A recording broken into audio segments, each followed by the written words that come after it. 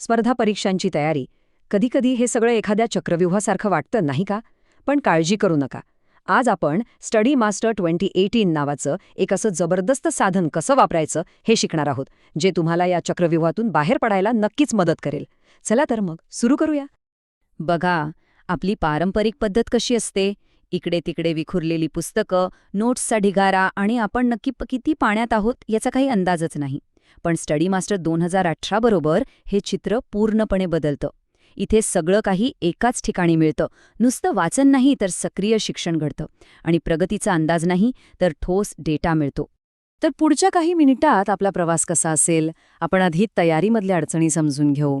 मग अभ्यास कायम लक्षात कसा ठेवायचा ते बघू, उजळणीची एक स्मार्ट पद्धत शिकू, आपल्या प्रगतीचा मागोवा घ्याऊ आणि शेवटी या ॲपचे पॉवर युजर कसे बनायचे याची गुपितं उलगडू. चला, तर सगळ्यात आधी त्या मुख्य समस्येबद्दल बोलूया जी आपल्या सगळ्यांनाच भेडसावते. तो म्हणजे अभ्यासाचा गोंधळ आणि पसारा. आता पाहूया की यातून एक संरचित मार्ग कसा काढायचा. तर स्टडी मास्टर 2018चं सगळ्यात मोठं वैशिष्ट्य काय आहे? MPSC आणि UPSC सारख्या परीक्षांसाठी लागणारं सगळं काही, मग ते अभ्यास साहित्य असो, प्रॅक्टिस क्विज असो, रिव्हिजन टूल्स असोत की तुमच्या प्रगतीचं विश्लेषण, हे सर्व काही एकाच प्लॅटफॉर्मवर उपलब्ध आहे. म्हणजे आता 100 ठिकाणी फिरायची गरज नाही. आता त्या पद्धतीबद्दल बोलूया ज्यामुळे शिकलेलं फक्त परीक्षेपुरतं नाही तर कायमचं लक्षात राहील. नुसतं वाचत बसण्याऐवजी माहिती खऱ्या अर्थानं आत्मसात कशी करायची हे आता आपण बघणार आहोत.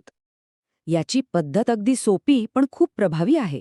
बघा, पहिली पायरी, स्टडी मोडमध्ये जाऊन विषय व्यवस्थित वाचा. वाचताना जे काही महत्त्वाचं वाटेल ते लगेच हायलाईट करा. आणि तिसरी, सगळ्यात महत्त्वाची पायरी, लगेच प्रॅक्टिस मोडमध्ये जाऊन तुम्ही जे वाचलंय त्यावरचे प्रश्न सोडवा. आणि या सोप्या पद्धतीचा परिणाम? तो तर एकदम जबरदस्त आहे. या सक्रिय शिक्षणामुळे तुमची माहिती लक्षात ठेवण्याची क्षमता तब्बल तिपटीने वाढते. हो, खरंच हे या ॲपच्या डिझाईनमागे असलेलं विज्ञान आहे. ठीक आहे, आपण वाचलं, समजून घेतलं आणि ते लक्षातही राहिलं. पण परीक्षेपर्यंत ते टिकवून कसं ठेवायचं? परत परत तेच पुस्तक वाचायचं का? अजिबात नाही. चला, माहिती लक्षात ठेवण्याचा एक स्मार्ट मार्ग पाहूया. ही आहे स्मार्ट हायलायटिंग सिस्टम.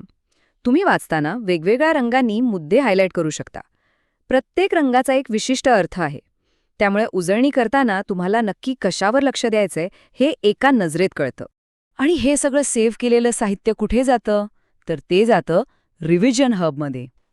हे तुमच्या अभ्यासाचं कंट्रोल सेंटर आहे. तुमचे सगळे हायलाइट्स, बुकमार्क केलेले प्रश्न, सगळं काही एकाच ठिकाणी. म्हणजे उजळणी करणं एकदम सोपं होऊन जातं. आणि इथेच खरी गंमत आहे. तुम्ही फक्त त्या प्रश्नांची क्विज सुरू करू शकता जे तुम्हाला अवघड वाटले किंवा ज्यांची उत्तरं चुकली होती. याला म्हणतात टार्गेटेड रिव्हिजन. यामुळे तुमचा वेळ वाचतो आणि उजळणी जास्त प्रभावी होते. पण आपण एवढी मेहनत करतोय ती योग्य दिशेने चाललीये की नाही हे कसं ओळखायचं? यासाठी आपल्याला डेटाची मदत घ्यावी लागते. चला बघूया आपली प्रगती कशी मोजायची.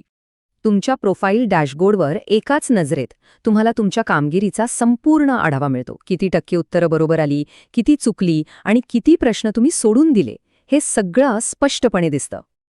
पण त्याहूनही जास्त महत्त्वाचं आहे विषयनिहाय विश्लेषण.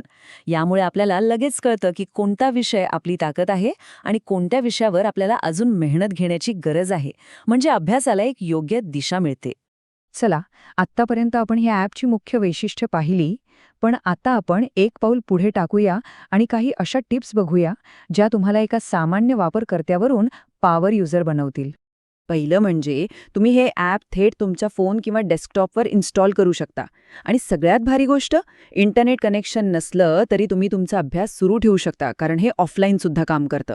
जर तुम्ही डेस्कटॉपवर अभ्यास करत असाल तर हे कीबोर्ड शॉर्टकट्स नक्की वापरा. हे तुमचा खूप वेळ वाचवतील आणि तुमचा अभ्यासाचा वेगही वाढवतील. माऊसला जरा आराम मिळेल. आणि ही शेवटची पण सगळ्यात महत्त्वाची टिप, आपलं विषयनिहाय विश्लेषण नियमितपणे तपासा. जे विषय कच्चे वाटतायत त्यांच्यासाठी चूक फिल्टर वापरा आणि चुकलेल्या प्रश्नांचा पुन्हा पुन्हा सराव करा. यशाचा हाच खरा मंत्र आहे. तर अभ्यासाला एक नवी, प्रभावी दिशा देण्यासाठी लागणारी सगळी साधनं आणि पद्धती आता आपल्या समोर आहेत. आता प्रश्न एवढाच आहे की तुम्ही आपल्या परीक्षेच्या तयारीचं पूर्ण नियंत्रण स्वतःच्या हातात घेण्यासाठी तयार आहात का?